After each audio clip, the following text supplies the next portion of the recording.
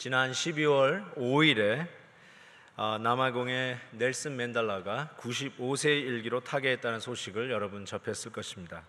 그는 자주민주주의와 인종차별 대책으로 이름이 나 있었고, 그 일로 투쟁하면서 감옥살이를 하는데, 감옥살이를 자그만치 1, 2년이 아닌 27년간 감옥살이를 합니다. 그리고 71세의 나이에 추록을 겨우 하게 됩니다. 71세의 나이에, 그것도 감옥 안에 있다가 추록하면서 무슨 일을 기대할 수 있었을까 싶었는데, 그 후 4년 후 75살에 남아공의 초대 흑인 대통령으로 당선이 됩니다. 아마 아프리카 및 세계의 많은 인물들 중에 가장 존경하는 인물 중에 하나라고 생각이 듭니다. 대단한 것 같아요. 근데 그 대단한 넬슨 맨델라보다 더 대단한 인물이 오늘 본문에 등장합니다. 바로 갈렙입니다. 갈렙은 과연 누구인가? 갈렙 이름의 뜻은 참 의아하게도 멋진 이름의 의미는 아닙니다. 그 이름의 뜻은 개입니다. 우리 집 안에서 키우는 사랑스럽고 복스러운 강아지 개 이미지가 아니라, 성경에서 개가 나올 때는 10중 8구는 부정적인 의미입니다.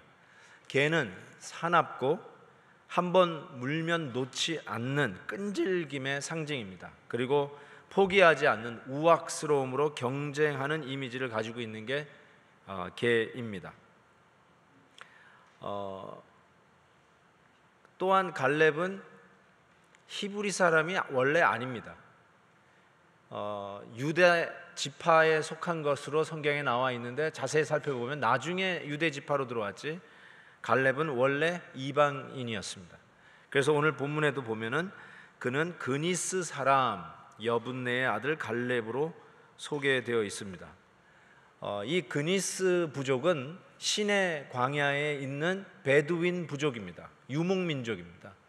그렇기 때문에 상당히 거칠고 좀 야성이 있고, 이렇게 교양이 있고 섬세한 이미지라기보다는 좀 거칠지만 좀 씩씩한 그런 이미지라고 생각하면 좋겠습니다. 그가 본래 히브리 사람이 아니었지만, 그럼에도 불구하고 히브리 사람보다 훨씬 더 믿음이 탁월한 자였습니다. 여러분도 알다시피 출애굽한 이스라엘 백성들은 가데스 바냐에서 가나안 땅 정탐하기 위해서 12정탐을 보냅니다. 그 중에 10사람은 부정적으로 보고를 했지만, 그때 긍정적으로 보고한 자가 바로 이 그니스 사람 갈렙이었습니다. 민수기 13장에 그의 보고에 의하면 이렇게 얘기합니다. 갈렙이 모세 앞에서 백성을 조용하게 하고 이르되, 우리가 곧 올라가서 그 땅을 취하자, 능히 이기리라. 이 믿음의 사람의 고백입니다. 능히 우리가 이기리라고 고백했다는 것입니다. 여러분, 오늘 본문에 소개되고 있는 갈렙의 나이는 몇 살입니까? 맞습니다. 85살입니다. 혹시 이 자리에 85살을 넘으신 분 잠깐 손 들어 주실래요? 난 지금 85세가 넘었다. 오케이. 그럼 여기 계신 분들은 전부 갈렙의 동생들입니다. 갈렙보다 나이가 더 든 분은 없습니다. 근데 그 갈렙이 85세의 노구로 여호수아 앞에 당당하게 요구합니다. 내가 이 땅을 이 기업으로 물려받기 위해서 45년간을 기다렸다고 얘기합니다. 45년을 거슬러 올라가면 그의 나이 40세입니다. 그때가 바로 가데스 바냐에서 가나안을 정탐으로 하기 위해서 나갔던 나이가 그의 나이 40세였습니다. 그러면서 그때 45년 전이나 지금이나 에너지나 열정에 조금 더 변하지 아니하고, 그때 내가 보았던, 우리가 취할 수 있다라고 보고했던 그 땅을 나에게 달라라고 이야기를 합니다. 이 갈렙의 이미지가 어떤 이미지일까? 막 이렇게 본문을 묵상하다가 한번 상상해 봤어요. 어떤 할아버지의 이미지일까? 요즘 식으로 얘기하면 어떤 멋진 할아버지일까 생각을 해봤는데, 이 할아버지는 멋진 세단 렉서스를 타고 다니는 분이 아니라 픽업 트럭을 타고 다니는 그런 할아버지인 것 같아요. 아주 맛있는 음식점만 교양 있게 찾아다니는 식도락가가 아니라 그냥 뒷마당에 바베큐 하나 걸어가지고 램보 칼로 그 자리에서 탁탁 비워먹는 그런 이미지가 자꾸 생각이 납니다.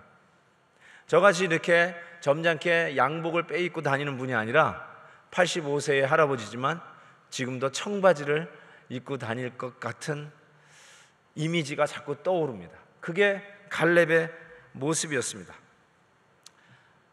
풋볼로 얘기하면, 아메리칸 풋볼로 얘기하면 디펜스의 미들라인 백거 정도 될 것 같아요.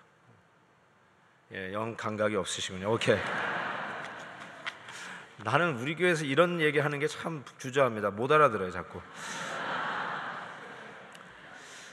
역시 믿음으로 이제 우리가 가나안 땅을 차지해야 할 숙제가 앞에 있습니다. 어떻게 정복하는가? 지금 계속해서 여호수아 세대를 향한 여호수아 강해가 진행되면서 또 하나의 교훈을 얻게 됩니다. 하나님이 갈렙을 모델로 제시하는 듯합니다. 어떻게 하는가? 첫 번째로 갈렙이 원하는 땅은 거친 산지 헤브론이었다는 사실이에요. 평안하고 비옥한 평지가 아니라 가장 거친 고지 헤브론, 그 당시 가장 강한 산성 중에 하나인 헤브론을 그가 기업으로 달라고 자원해서 요구합니다. 이 헤브론은 이미 신명기에 보면 모세가 이게 굉장히 견고한 지역이었어요. 크고 많은 백성들은 네가 아는 아낙 자손이라 그에 대한 말을 네가 들었나니 이르기를 누가 아낙 자손을 능히 당하리요. 이미 모세도 그 아낙 자손을 정복하는 게 큰 숙제라는 것을 이미 광야에서 경고한 바 있습니다. 바로 헤브론을 미리 40세 때 정탐했던 이 갈렙이 이 부정적인 보고를 한 것으로 인해서 광야를 40년 동안 방황하다가 드디어 가나안 땅에 들어가서 파죽지세로 여리고성, 아이성을 점령하고 이제 북쪽을 점령한 그 이스라엘이 이 남쪽도 점령하기 위해서 헤브론이 버티고 있었어요. 바로 45년 전에 봤던 그 땅, 아낙 자손이 살고 있는 그 땅, 우리를 보고 메뚜기와 같다라고 했던 그 땅을 바로 이 갈렙은 나에게 달라라고 자원하는 것입니다. 여러분, 출애굽한 백성들 중에 가나안으로 들어간 딱 두 사람이 여호수아와 갈렙입니다. 그런 의미에서 가나안 땅을 차지할 때 우선권이 그에게 왜 없었겠어요? 그가 가진 기득권이 왜 없었겠어요? 그가 원하기만 했다면 얼마든지 비옥한 토양, 비옥한 그 평지를 농사 지을 수 있는 것을 자기가 먼저 얻을 수 있었을 텐데 이 기득권이 있음에도 불구하고 갈렙은 그 노구 85세의 나이에 가장 어려운 산지 헤브론을 자기에게 달라라고 이야기했습니다. 저는 이것이 정확하게 기독교 정신이라고 감히 말합니다. 이것이 바로 예수 믿는 사람의 정신입니다. 하나님, 그 천지 우주 만물을 창조하신 그 하나님을 아버지라고 부르며 예수 그리스도를 나의 주, 나의 구세주라고 부르는 예수 믿는 사람들의 믿음의 투지, 믿음의 기계가 바로 이 갈렙을 통해서 나타납니다. 그냥 시시하고 편안한 거를 인조이하는 그것이 나의 인생의 꿈, 목적이 아니라 가장 터프하고 가장 힘든 그거 나에게 달라고 더 희생하고 더 양보할 마음으로 자원하는 이 심령, 이게 바로 기독교 정신의 기계입니다. 갑자기 거창고등학교 직업선택 10계명이 생각이 납니다. 거기에 이런 말이 나와 있어요. 앞을 다투어 모여드는 곳은 절대 가지 말라. 아무도 가지 않는 곳으로 가라. 또 이런 말도 있어요. 부모나 아내나 약혼자가 결사 반대를 하는 곳이면 틀림없다. 의심치 말고 가라. 자녀들이 좀 편안하게 잘 살기를 원하는 부모의 마음이야 다 똑같죠. 그럼에도 불구하고 우리가 좀 더 신앙의 야성을 너무 잃어가는 것이 아닌가. 우리가 이 아메리칸 컬처 속에서 살면서 우리가 속을 수 있는 게 뭐냐면 무엇이 성공적인 삶인가? Good retirement. 많은 펜션을 가지고 이제 은퇴하고도 돈 걱정 안 하고 넉넉하게 잘 살 수 있게 되는 그 은퇴가 마치 성공한 인생인 것처럼, 그리고 은퇴할 때는 집도 없고 뭐 별로 받을 것도 없고 그냥 극빈자 그런 삶 속에서 살아가야 하는 그것을 가지고 아유 나는 실패했다라고 생각하는 것, 그것은 이 사회가 우리에게 주는 새빨간 거짓말입니다. 여러분, 크리스천은 그것으로 성패가 달려있는 게 아닙니다. 이지 리타이어먼트가 우리 기독교 성도들이 기대하는 마지막 목표요 비전이 아닙니다. 은퇴하고 나서 편안하게 살아야지, 은퇴하고 나서 맛있는 거 먹고 살아야지, 은퇴하고 나서는 좋은 데 휴양지 다니면서 아주 그냥 잘 놀고 잘 먹고 살아야지. 여러분, 기독교인은 그런 생각하면 안 됩니다. 기독교인들은 그런 식으로 생각하면서 나의 마지막을 꿈꾸는 자들이 결단코 아닙니다. 아멘이 왜 없습니까? 연락에 만드네. 여러분, 정말이에요. 기독교인들은 편안하게 내가 이지 리타이어먼트가 결단코 우리 인생의 목표가 될 수 없습니다. 여러분, 아들이 만약에 갑자기 와서 엄마 나 군대 갈래, 그것도 머린 갈래 라고 하면은 어떻게 느끼시겠어요? 그것도 그냥 군대 가는 건 좋은데 아빠 나 아프간에 지원할래, 나 이라크에 지원할래, 그러면 어떻게 느끼시겠어요? 알아요, 걱정되는 거 알아요. 그렇지만 멋있지 않아요? 그런 기계를 가진 우리 아들들 멋있지 않습니까? 그건 고사하고, 만약에 정말 여러분이 귀하고 곱게 공부 잘 시켜놓은 딸이 갑자기 엄마 나 사랑에 빠졌어, 누군데 우리 교회 전도사님, 그러면 어떻게 하시겠어요? 이거 웃음소리가 이상해요. 저를 비참하게 만드는 것 같아요. 여러분, 밀림으로 들어가는 선교사 지망생이 우리 딸과 결혼하자고 할 때 웬 가문의 영광이냐 하면서 축복하며 보낼 수 있는 그런 갈렙과 같은 믿음의 기계가 우리에게 있어야 되지 않겠습니까? 여러분, 우리가 정복해야 할 헤브론은 무엇입니까? 왜 하나님은 그렇게 터프하고 가장 험난한 헤브론을 우리에게 먼저 점령하라고 요구하시는 것입니까? 여러분이 정말로 점령해야 할 헤브론은 여러분에게 무엇입니까? 여러분의 안락하고 안정된 은퇴 생활을 위협하는 어떤 헌신과 봉사가 요구된 생활? 아니면 더 이상 상대하고 싶지 않은 깨어진 인간관계의 회복? 권태기에 들어간 부부관계?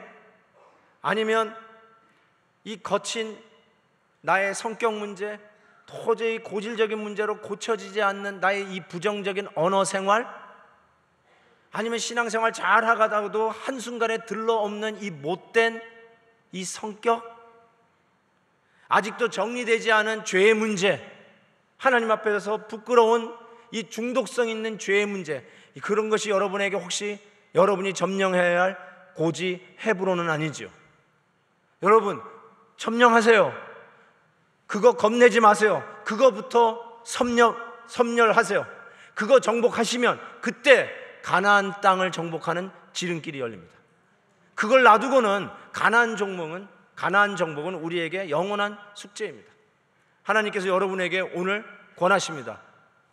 나는 그거 못해, 꿈에도 생각 못해. 그 헤브론 산지를 공격하시고 섬멸하시고 정복하십시오. 또 한 가지, 이 가나안 땅 정복을 위해서 하나님이 가르쳐 주신 레슨은 오늘 이 갈렙을 통해서 보여주는 게 무엇이냐면 여호와께 충성하는 것입니다. 실은 갈렙의 삶을 정리하는 단어로 3번씩이나 본문에 등장하는데 8절, 9절, 14절에 이렇게 반복됩니다. 내 하나님 여호와께 충성했다라고 이야기를 합니다. 영어로 보면 He followed the Lord fully. Follow the Lord fully. 또 다른 영어 번역에 보니까 wholeheartedly. 갈라진 마음이 아니라 wholeheartedly, 전심으로 하나님을 따른 삶을 이야기합니다. 여러분, 이 fully라는 말은 시간에도 쓰이고 공간에도 쓰입니다. 시간적으로 얘기할 때는 completely, 시작부터 끝까지라는 뜻입니다. 공간적인 개념으로 쓰이는 이 fully는 꽉 찼다는 것입니다. 어떤 빈 공간, 빈 틈이 없다는 뜻이에요. 그 삶을 한마디로 요약할 때 He followed the Lord fully, 처음부터 끝까지 그 어느 삶의 공간에도 빈틈이 없이 가득 차게 하나님을 따랐다는 겁니다. 한 인생을 평가할 때 성경은 자주 이 표현을 사용하고 있다는 사실이에요. 솔로몬의 평가도 이래요. 그는 그의 아버지 다윗이 여호와를 온전히 따른 같이 따르지 아니하였다. 똑같은 표현이에요. Follow the Lord fully. 그렇게 아버지 다윗처럼 하지 못했다. 인생의 평가를 이렇게 해요. 한 인생의 평가, 한 단어로 얘기하는데 여러분이 하나님을 fully 따라갔느냐? 아니면 half-hearted, 반반, 그냥 대충 따라갔느냐? 그렇게 평가할 수 있다는 사실입니다. 여러분 혹시 코미디언 김미화 씨를 아시는지요? 그냥 넘어가겠습니다. 김미화 씨를 아시는지요? 예, 그러면 이제 얘기를 시작하겠습니다. 그 코미디언 김미화 씨가 뭐라고 얘기했냐면 자기는 자기 묘지에 쓸 말을 발견했대요. 자기 묘비에다가 쓸 말을. 그게 뭐냐면 웃기고 자빠졌네. 와, 그래서 이게 뭔가 그랬더니 코미디언이잖아요. 그래서 자기는 무덤에서도 사람을 웃기고 싶대요. 그래서 그 묘비에다가 웃기고 평생 웃겼는데 자빠졌네, 이렇게 했다는 거예요. 저는 그게 아주 감동이 됐어요. 그래서 그것에 도전을 받아서 나는 내 묘비에 만약에 글을 남길 수 있는 뭐라고 쓸까? 실은 굉장히 묵상을 했어요. 아직까지도 별로 떠오르는 게 없고 로즈힐에 그렇게 많이 갔어도 이것도 나도 내가 써보고 싶다는 게 솔직히 별로 없었어요. 근데 갈렙에 대해서 묵상하면서 드디어 떠올랐어요.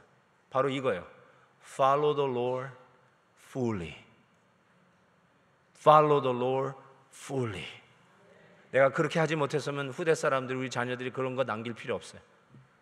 그렇지만 혹 우리 자녀들이, 혹 우리 성도들이, 우리 목사님, 우리 아빠는 He followed the Lord fully. 이 말을 제 묘비에 쓸 수 있다면 I'll be very happy. 정말 행복할 것 같아요.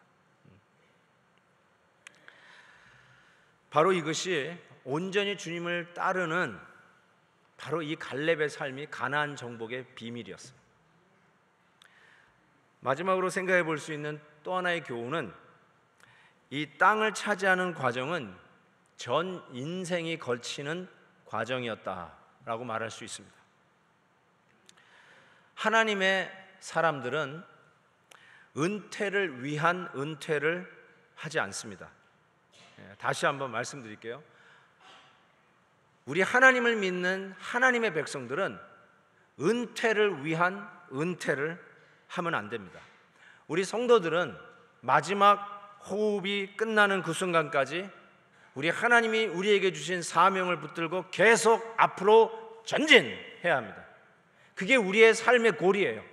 이지 리타이먼트가 우리의 비전이 될 수 없고 은퇴하고 나서 편안하게 놀고 먹자가 결단코 우리 예수 믿는 사람의 aspiration이, 야망이, 꿈이 될 수가 없습니다. 우리는 마지막 호흡이 끝나는 순간까지 우리 하나님의 사명을 붙들고 계속 앞으로 전진입니다. 아멘입니까? 생명은 하나님이 주신 선물입니다. 이 생명을 우리에게 두신 이유는 그냥 소비하기 위해서, 그냥 낡아 빠지도록, 녹슬어 없어지도록 두신 생명이 아닙니다. 하나님의 나라와 영광을 위해서 쓰임받도록 주신, 꺼져가지 않는, 결단코 늙지 않는 생명력을 우리에게 주셨습니다. 그래서 대각성 운동을 일으켰던 조지 위필드 목사님은 이런 명언을 남겼어요. 녹슬어 없어지기보다 닳아 없어지겠노라. 녹슬어 없어지기보다 이따만큼 쌓아놓고 나중에 뒤돌아볼 때 다 녹슬어서 버리는 그런 쓸데없는 인생이 아니라 나에게 남은 마지막 호흡까지라도, 나에게 남은 마지막 에너지까지라도 다 닳아 없어지는 게 내 꿈이요 내 비전이라는 거. 이 갈렙의 기계, 갈렙의 이 믿음의 투지를 오늘 이 시대에, 야성을 잃어버린 이 시대에 다시 회복해야 할 모습이라고 저는 생각합니다. 나이가 들면 용기가 잃어버리기 쉽습니다. 다리도 아프고 밤에 운전하는 것도 겁이 나고 앉았다가 일어나는데 허리가 뻐근합니다. 여러분, 뻐근이 뭐의 약자인 줄 아세요? 뻑적지근의 약자입니다. 뻐근하세요? 뻑적지근하다는 거예요.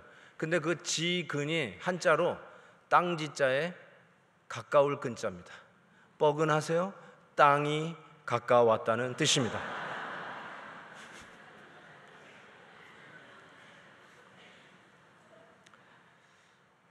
보청기를 껴야 하나? 성경도 안 보여가지고 돋보기를 더 도수를 높여야 하나? 막 자꾸 정신이 없어요. 자꾸 깜빡깜빡해요. 삶애가 오기 시작했어요. 살짝 치매를 삶애라고 합니다. 이러다가 가는 거 아닌가 하는 걱정도 들어요. It's no fun getting old. 맞아요. 그럼에도 불구하고 여러분, 우리 성도들은 어휘부터 바꿔야 돼요. 우리는 늙는 존재가 아닙니다. 우리는 나이가 드는 사람들이지 나이 늙는 자들이 아니에요. 아멘입니다. 예.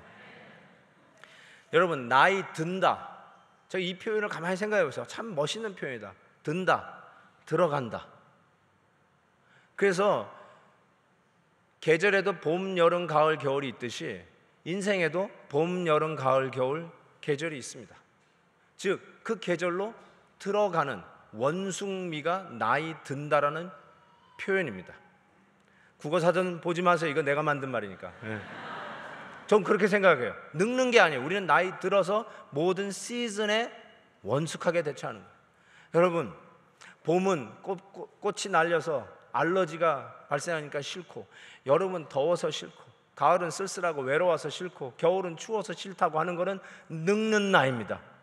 근데 나이 드는 건 뭐냐? 봄은 새싹이 돋아서 생명력이 있어서 좋고, 여름은 땀 흘리고 열정이 있는 날씨라서 좋고, 가을은 청고마비의 계절, 모든 곡식들이 연걸어가고 열매가 있고 낙엽들이 참 형형색색으로 물들어가는 아름다운 자연이라 좋고, 겨울은 속이 다 시원할처럼 심호흡할 수 있는 크리스피한 청정한 공기와 그리고 스키, 빙상을 즐기는 또 따뜻한 크리스마스가 있어서 좋고, 이게 바로 나이 듦이에요. 불평하면서 계절을 지나가면 안 돼요. 모든 계절에 들어가는 원숭미가 나이 듦이라고 저는 생각합니다. 나이 드신 어른들에게는 정말 남이 추종할 수 없는 귀한 삶의 경험이 있습니다. 아무리 젊고 패기 넘치고 머리가 핑핑 돌아가는 젊은이도 결단코 따라올 수 없는 지혜의 연륜이 있습니다. 삶을 보는 통찰력이 있습니다.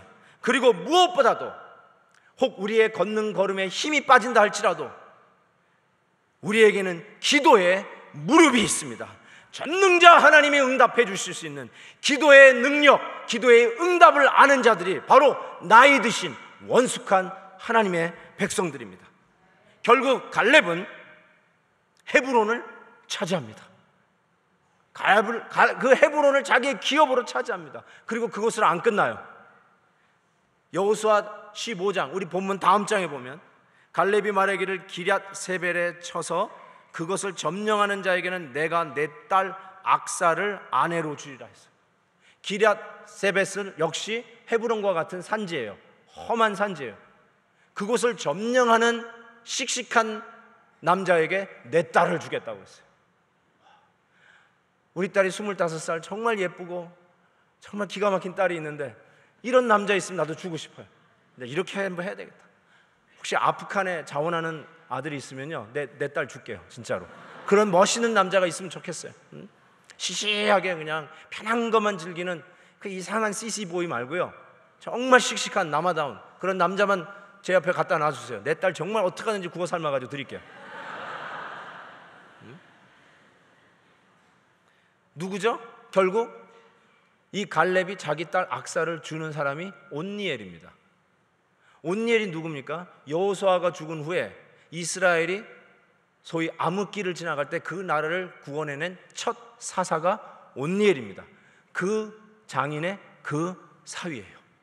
제가 이걸 왜 말씀드리냐면 진정한 예수 그리스도를 믿는 생명력은요, 그 세대에 끝나지 않습니다. 다음 세대까지 가게 돼 있어요.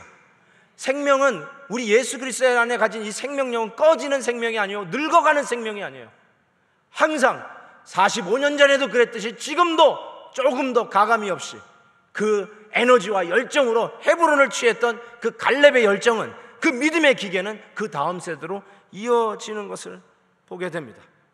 예수 믿는 사람의 생명은 그런 의미에서 꺼지지 않습니다. 예수의 생명력은 우리 세대에 끝나지 않냐고 다음 세대까지 물려질 것을 믿습니다.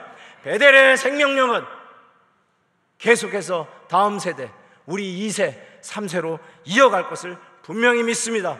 왜요? 예수 그리스도의 생명력은 늙는 생명력이 아니라 항상 끊임없이 타오르는 생명력인 것을 믿기 때문에 그렇습니다.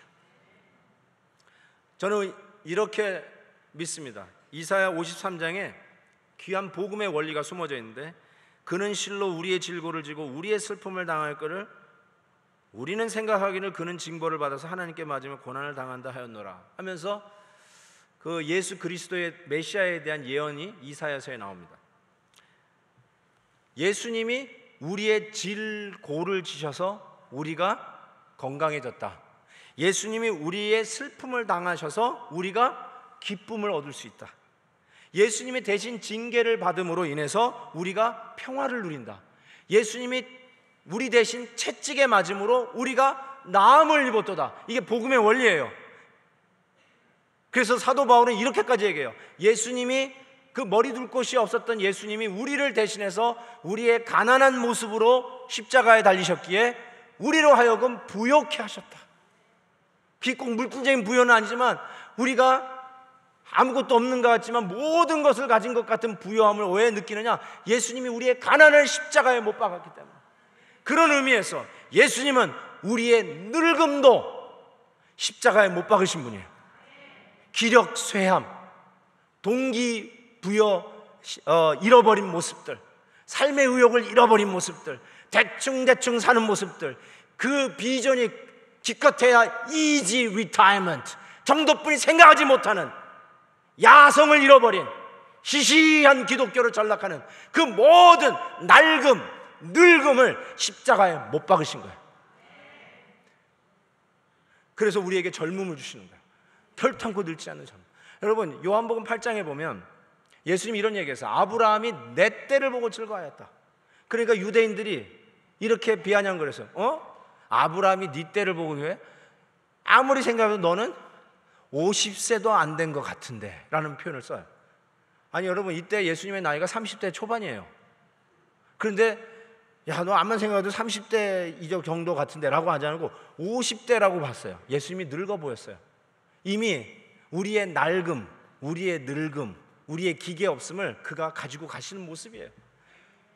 이사야 53장 2절에 이랬잖아요. 그는 주 앞에서 자라나기를 연한 순 같고 마른 땅에서 나온 뿌리 같아서 고운 모양도 없고 풍채도 없은즉 우리가 보기에 흠모할 만한 아름다운 것이 없도다. 이미 우리의 낡음과 우리의 늙음을 그분이 십자가에 못 박으셨다는 뜻이에요. 그래서 만약에 여러분, 나의 나이 많이 먹은 것 때문에 나는 못해요, 나는 이제 나이 들었으니까 그냥 가만히 앉아 있을래요, 나는 이제 더 이상 봉사, 헌신, 헤브론, 어이구 그 젊은 것들이나 올라가라 그래요. 만약에 그러시면 여러분은 십자가를 무시하는 거예요. 여러분의 늙음과 낡음을 가지고 십자가에 못 박은 예수님을 무시하는 거예요.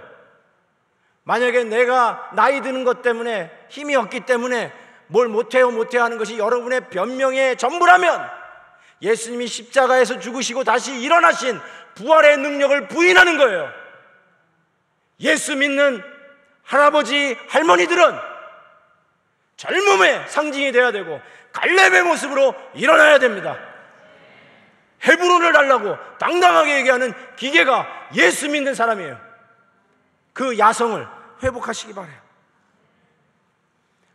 얼마 전까지만 해도 연세 드신 분들이 외치는 구호가 9988234였습니다. 99세까지 팔팔하게 살다가 2, 3일 앓고 애들에게 신세 지지 아니하고 나흘째 그냥 콱 죽자. 근데 얼마 전에 은퇴하신 원로 목사님이 요즘 그런 말 안 한대요. 무슨 말 한대요? 요즘은 9988231이래요. 왜 1이에요? 그랬더니 99세까지 팔팔하게 살다가 2, 3일 앓고 다시 일어난다.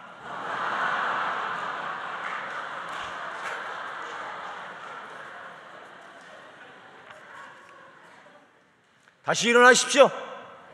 부활의 능력으로 일어나십시오. 예수의 생명력은 절단코 늙지 않습니다. 제가 얼마 전에 읽은 멋지게 나이 드는 법 52, 이 책의 내용을 인용하면서 설교를 마칩니다. 육신의 나이는 어쩔 수 없이 시간이 가면서 늙어간다 해도 우리 안에 있는 생명은 늙지 않는다는 사실을 기억해야 한다. 내 속에 있는 생명의 가치를 안다면 생기가 솟구치게 될 것이다. 운동으로 얻을 수 없는 놀라운 힘이 생기게 된다. 마음의 기쁨과 영생의 즐거움이 나를 감싸면 생기가 넘치는 삶을 살 수 있다. 나이를 잊고 살아가게 될 것이다. 우리에게는 영원히 살 수 있는 생명이 있다. 모든 크리스찬들에게 주어진 하나님의 축복이다. 죽어도 영원히 사는 생명을 나는 얼마나 감사하면서 살아가고 있는가. 이것을 안다면 세상의 나이를 초월하여 살 수 있을 것이다. 이렇게 보면 크리스찬이 된다는 것 자체만으로도 세상에서 가장 멋있는 삶을 사는 것이라 말할 수 있다. 나 자신에 대하여 이렇게 외쳐보자. 영원히 늙지 않는 사람이요, 그대는 행복한 사람이다. 기도하겠습니다. 하나님 아버지, 우리가 예수의 사람들입니다. 우리 주님의 제자들입니다.